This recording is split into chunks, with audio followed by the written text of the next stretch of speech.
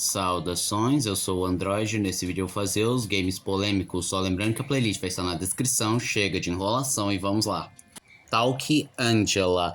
Desde o começo daquele Talk não sei o que, sempre teve essa desconfiança de que poderia ser um banco de dados para pedófilos, porque muitas vezes pedia acesso à câmera e o microfone, e no caso da Talk Angela tinha a opção bate-papo em que você mantinha conversas com uma inteligência artificial, só que muitos pais implicaram dizendo que se algum pedófilo conseguisse hackear, isso seria um banco de dados para comunicar com seus filhos, mas para evitar a dor de cabeça, a produtora de Talk Angela removeu essa opção. Fighter Stories era um jogo de luta que tinha um gráfico e jogabilidade semelhante a Street Fighter. Lembrava? Não, na realidade era uma cópia de Street Fighter em que apenas modificava os personagens, mas de resto era exatamente a mesma jogabilidade, o mesmo gráfico, tudo. A Capcom tentou processar a produtora de Fighter Stories, só que o juiz acabou desconsiderando todas as acusações. Law and Order Double or Nothing era um jogo de investigação policial que poderia ser normal se não houvesse uma foto de fundo do jovem James Booger,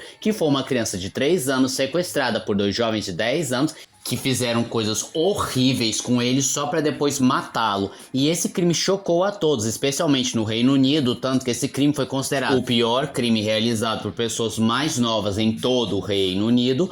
Por conta disso, e somado ao fato de que o jogo não vendeu bem, a produtora removeu todas as cópias, pediu desculpas e supostamente removeu a foto de fundo. Eu digo supostamente porque, como mencionado, removeram todas as cópias, então não podemos comprovar se eles realmente retiraram a foto. O Splash. No jogo você controla uma raposa que está algemada a um coelho e vocês precisam fugir de um laboratório de pesquisa, só que para você passar de fase e resolver os puzzles, você usa o coelho para tudo. Aí ele toma choque, ele apanha, ele sofre o pão que o diabo amassou. E o jogo era para criticar os maus tratos contra os animais, mas paradoxalmente ele foi acusado de promover o abuso e maus tratos contra os animais. Lily's Garden. Agora por uma polêmica que não é bem uma polêmica, mas Lily's Garden era um conjunto de comerciais de um joguinho de celular que tinha uma historinha de fundo que era no mínimo bizarra e com alguns momentos controversos, como por exemplo a personagem sofrendo, e acabou virando um meme por causa do absurdo que ele é. Marvel's Spider-Man 2. Ele gerou muita controvérsia por conta de muitas lacradas e sinalizações bem mais à esquerda, como por exemplo um Peter Parker bem mais frágil emocionalmente, mais feminista, pedindo desculpa por ser homem, e especialmente na cena que ele tenta convencer a Mary Jane a abandonar o simbionte, em que ele pede desculpa por ser o Homem-Aranha, ou o Miles, que é mais protagonista que o Peter, que ele não é salvo por ninguém, ele salva todo mundo, ele derrota o Peter, mesmo ele estando dominado pelo simbionte bem mais forte e poderoso, ou uma cena que o Peter diz que não deveria existir clube de tiro, ou o fato de ter uma missão secundária que você junta um casal homoafetivo, ou os trechos que você joga com a Mary Jane, que ela vai pra linha de frente, mesmo sendo uma humana comum e com pouco treinamento,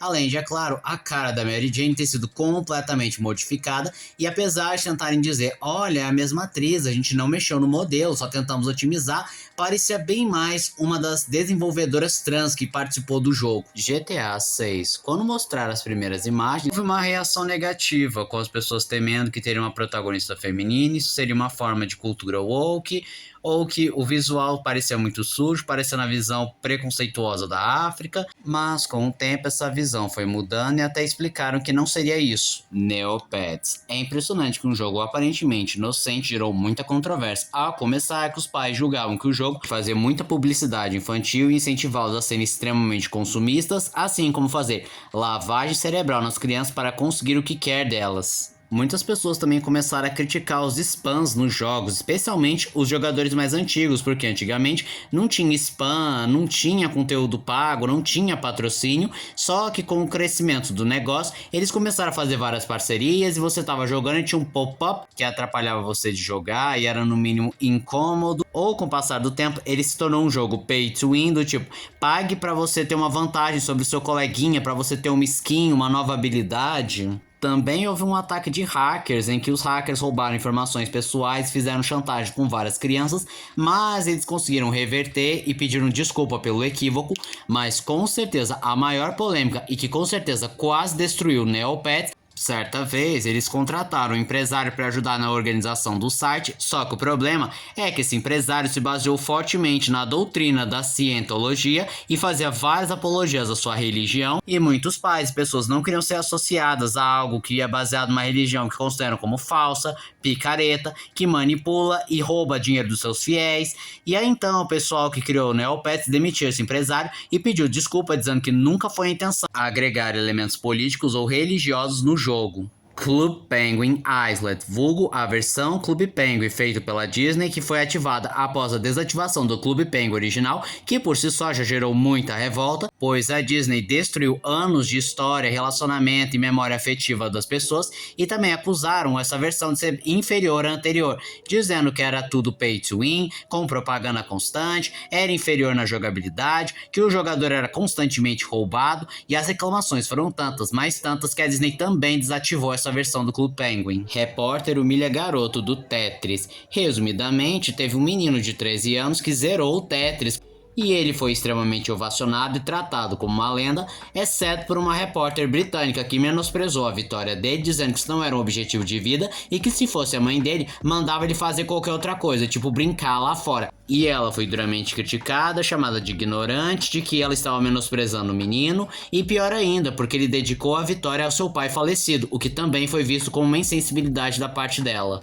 E esse foi o vídeo de hoje. Se você gostou do vídeo, se inscreva no canal, compartilhe o vídeo, comente, dê o seu like. Também não esqueçam de ativar as notificações, chave de like caso gostem dos meus vídeos. Caso apareça a opção hype o vídeo me ajuda bastante. E se puder, vire membro, ajude o canal. Então eu sou o Android, tchau.